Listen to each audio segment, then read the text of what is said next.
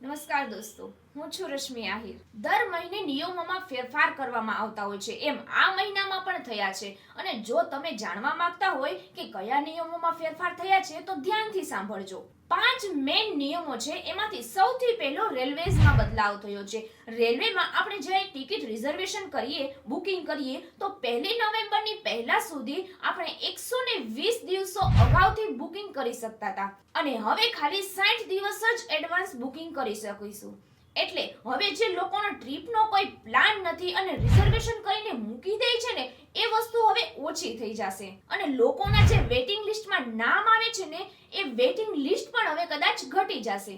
બીજો નિયમ બેંકમાં આવ્યો છે 1 નવેમ્બરને 2024 થી કે હવે જો તમને કોઈ કેસ આપે છે, એટલે કે તમે કોઈ સેલ્ફના ચેકથી કે એવું કાંઈ પણ કરીને તમે બેંકમાંથી કેસ ઉપાડો છો કે કોઈ બીજાના ખાતામાંથી ઉપાડો છો, તો બેંક ડિટેલ્સ રાખશે, તમારી એક જગ્યાએ નામ સરનામું સેવ કરીને રાખશે કે આ તારીખે આટલા પૈસા આ અકાઉન્ટમાંથી એમણે મળ્યા હતા. અને જો તમે પૈસા જમા કરાવો છો કોઈના પણ અકાઉન્ટમાં, તો તમારે ત્યાં એક ઓટીપી ના માધ્યમથી તમારો ફોન નંબર આપવો પડશે. એટલે ત્યાં ને ત્યાં એક ઓટીપી આવશે, તમારો ફોન નંબર રજીસ્ટર થશે અને એના સિવાય કેવાયસી માટેના ડોક્યુમેન્ટ હોય છે, એમાંથી એક ડોક્યુમેન્ટ આપવું પડશે બેંકમાં ડિપોઝિટ કરતી વખતે.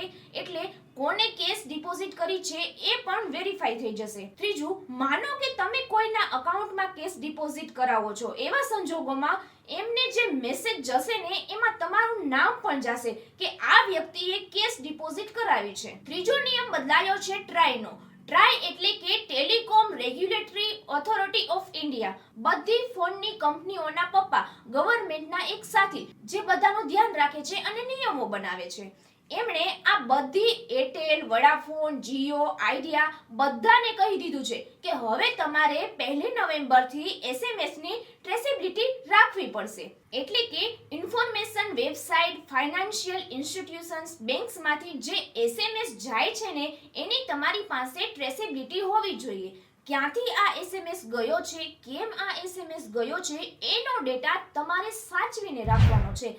હવે આ ટ્રેસેબિલિટી એટલે રાખવાની છે કારણ કે ઘણા લોકોને સ્કેમ માટેના મેસેજો જતા હોય છે અને એ સ્કેમ રોકવા માટેની આ વાત છે.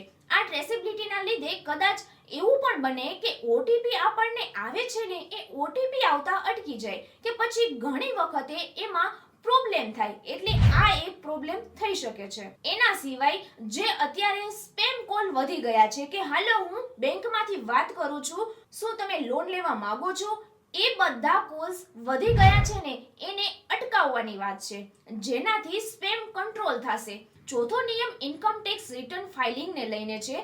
રિટર્ન ઓફ ફાઇલ કરવાની છેલ્લી તારીખ બદલીને હવે 15 નવેમ્બર કરી દેવામાં આવી છે. ઘણા લોકો માટે આ 15 નવેમ્બરની ડેટ, આ ડેટ સુધી અસેસમેન્ટ યર 2024-25 નું જો રિટર્ન ફાઇલ કરવાનું છે એ કરી શકીશું. પાંચમો નિયમમાં ફેરફાર થયો છે મ્યુચ્યુઅલ ફંડ ઇનસાઇડ ટ્રેડિંગમાં. હવે કોઈ પણ કંપની એટલે કે એએમસી હશે, એમણે એના નોમિની કે કોઈ પણ વ્યક્તિએ 15 લાખથી વધુ કોઈ પણ ટ્રેડ કર્યો છે તો એનો રિપોર્ટ કરવાનો આવશે, જેનાથી આ ઇનસાઇડર ટ્રેડિંગ ના થાય.